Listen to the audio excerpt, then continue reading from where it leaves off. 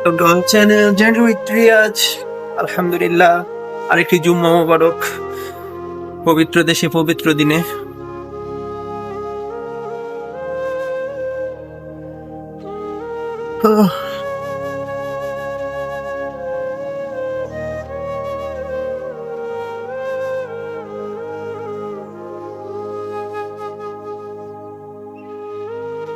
Remember to 5 September. আজকের দিনটা একটু অন্যরকম, কারণ আজকে প্রিয় নবীর জন্মদিন। আজকে জুম্মার দিন এবং আমিও আছি আজকে হযরত মুহাম্মদুর রাসূলুল্লাহ সাল্লাল্লাহু আলাইহি ওয়াসাল্লামের মাতৃভূমির দেশে। সব মিলে আজকে আমার জন্য একটা বিশেষ দিন, অনেক ভালো একটা দিন। ভাবতে পারিনি কোনো একদিন নবীর জন্মদিনের দিন আমি নবীর মাতৃভূমিতে থাকবো। ইনশাআল্লাহ আল্লাহ যদি কপালে রাখে তাহলে হয়তো নবীর রওজা শরীফের সামনেও যাব। জানি না আছে কিনা কপালে কি আছে, আল্লাহর কাছে খালি দোয়া করি যেন আল্লাহ এই স্বপ্নটা পূরণ করে। আর সবচেয়ে বড় কথা, জুম্মা নামাজ পড়তেছি, সুস্থ আছি, এটাই আল্লাহর কাছে অনেক বড় শুকরিয়া। সামনে পাপা হাঁটতেছে, নামাজ যাচ্ছে, আমি আর পাপা একসাথে বের হয়েছি। অন্য দিনের তুলনায় আজকে আমার কাছে রোদের তাপটা কম লাগতেছে, মেবি তাপ কমতেছে আস্তে আস্তে।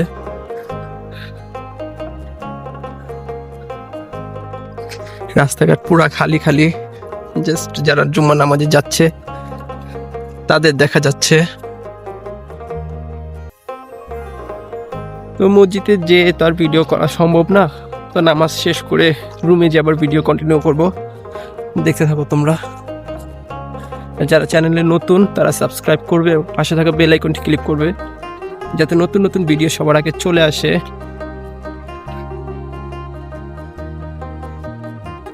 একটু আসলে অন্যরকম। দুবাই গেছি, ওইখানকার পরিবেশটাও দেখছি, সৌদিতে আসছি, সৌদির পরিবেশটাও দেখতেছি। দুইটার ভিতরে না মানে আকাশ আর জমিন অনেক তফাৎ আছে। এখানকার মাটিতে বা এখানকার থাইকা মানে মনে হয় না যে আমি বাহিরের দেশে ওরকম আছি, যেটা সৌদি আরবে ছিল, দুবাইতে ছিল। এইখানে না কি জন্য জানি একটা ভালো লাগে। হয়তোবা মুসলিম কান্ট্রিতে আমি একজন মুসলিম হিসাবে রয়েছি আর পরিপূর্ণ মুসলিম কান্ট্রিতে আসছি, এই কারণে হয়তো এরকম লাগতেছে। আদারওয়াইজ কারণ আমি দুবাইতে যে তফাৎগুলো আপনাদের সাথে একটু মানে শেয়ার করি। আমি যে জুম্মার নামাজ পড়তেছি, শুক্রবার অফ পাইতেছি, হ্যাঁ, যে জিনিসগুলো না সৌদি দুবাইতে আমি দেখি নাই। দুবাইতে খ্রিস্টান কালচারটা বেশি ছিল, ফরেনার কালচার, যেখানে আপনার শুক্রবার অফ নাই, রবিবার অফ, সাপ্তাহিক ছুটি। দেন দূর দূরান্তে মসজিদ নাই, মানে আমি যে এলাকায় ছিলাম বা পরবর্তীতে যেখানে শিফট হয়েছি সব জায়গায় মসজিদে যাওয়ার জন্য গাড়ি ইউজ করতে হতো অনেক দূর। তাও সপ্তাহে একবার যেতাম। কোনো সময় আইজানের কানে আসে নাই আওয়াজ, বা কোনো মানে সৌদিয়ানদের মানে দুবাইয়ের যে নাগরিক আছে তাদের, দুবাই শেখদের দেখা যায় না সচরাচর, কিন্তু বা অ্যারাবিক ভাষা শোনা যায় না। ওইখানে ইন্ডিয়ার ভাষা, পাকিস্তানি ভাষাই চলে বেশি। বাট যে জিনিসটা রিয়েলাইজ করলাম, যেটা সবচেয়ে বড় ফ্যাক্ট আমার সৌদি আর দুবাইয়ের ভিতরে, সেটা হলো সৌদি আরবে যে আমরা মুসলিমের ভাবটা যে সেটা সম্পূর্ণভাবে একুরেট বজায় রয়েছে। আর এটাই মেন রিজন আর মেন কারণ আমার মানে সৌদি আর দুবাইয়ের ভিতরে এত তফাৎ লাগার। এ কারণেই মানে ভালো লাগে সৌদি আরবটাকে।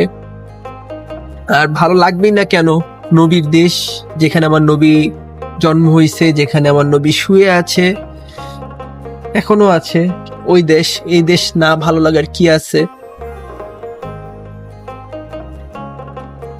ওই একটা গজল আছে না, हमने माना कि जन्नत बहुत है हंसी, छोड़कर हम मदीना ना जाए कभी यूं तो जन्नत में सब है मदीना नहीं और मदीना में जन्नत मौजूद है তো যেই দেশে যেখানে জান্নাত সব সময় থাকে ওই জায়গা ছেড়ে কার যেতে ভালো লাগে বলেন? আমার তো মোটেও ভালো লাগে না, জানি না আপনাদের কার কেমন লাগবে। ছোট থেকে যে এইসব গজল, আরবি গজল এইসব শুনতাম, এই যেমন যে ফাসলুক ও তাকাল্লুফ, এইসব গজলগুলো যে শুনতাম, তো তখন তো মানে বুঝতাম না, বাট এখন মানে সেই গজলগুলোর সাথে আবেগপূর্ণ একটা ভাব এসে পড়ে, শুনলে ভালো লাগে। আর যেখানে এখন অবস্থান করতেছি, যে দেশে, যে কম্বিনেশনটা মানে সেই গজলের সাথে আর দেশে থাইকা, সে এই দেশটাতে থাইকা মানে লাগে কখন যে মানে ছুটে যাইতে পারতাম।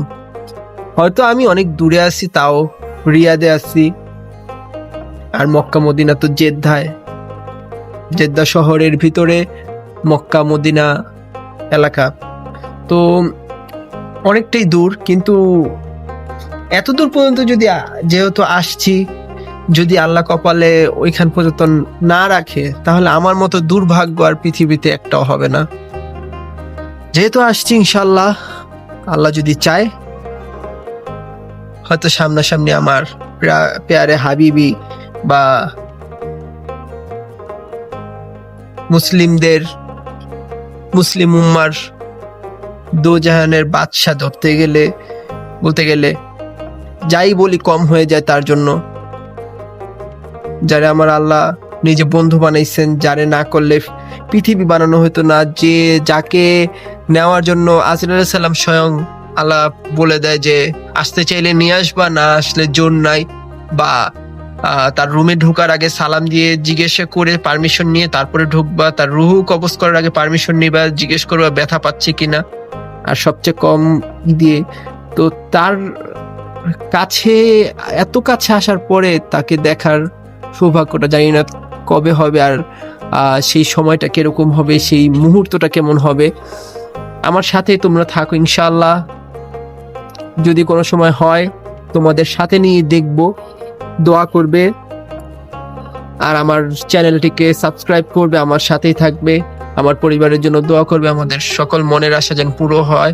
আর সাথে সাথে যারা আমার ভিডিও দেখতেছো বা যারা আল্লাহর কাছে দোয়া করো, সবার আশা যেন আল্লাহ পূরণ করে দেয়। তার সাথে আমার এই ছোট্ট একটা আল্লাহর গুনাহগার বান্দার আশাও যেন পূরণ করে। তো আজকে এ পর্যন্তই। ঈদে মিলাদুন নবীর দিন। এই ছিল আজকের ব্লগ। তো নতুন একটি ভিডিও নিয়ে আবার আসবো।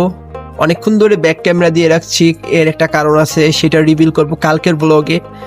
তোমরা যদি দেখতে চাও তাহলে কালকে পর্যন্ত, কালকের ব্লগটার জন্য ওয়েট করো, আর আমার চ্যানেলে চোখ রাখো, সাবস্ক্রাইব করো। আল্লাহ হাফেজ, বাই বাই।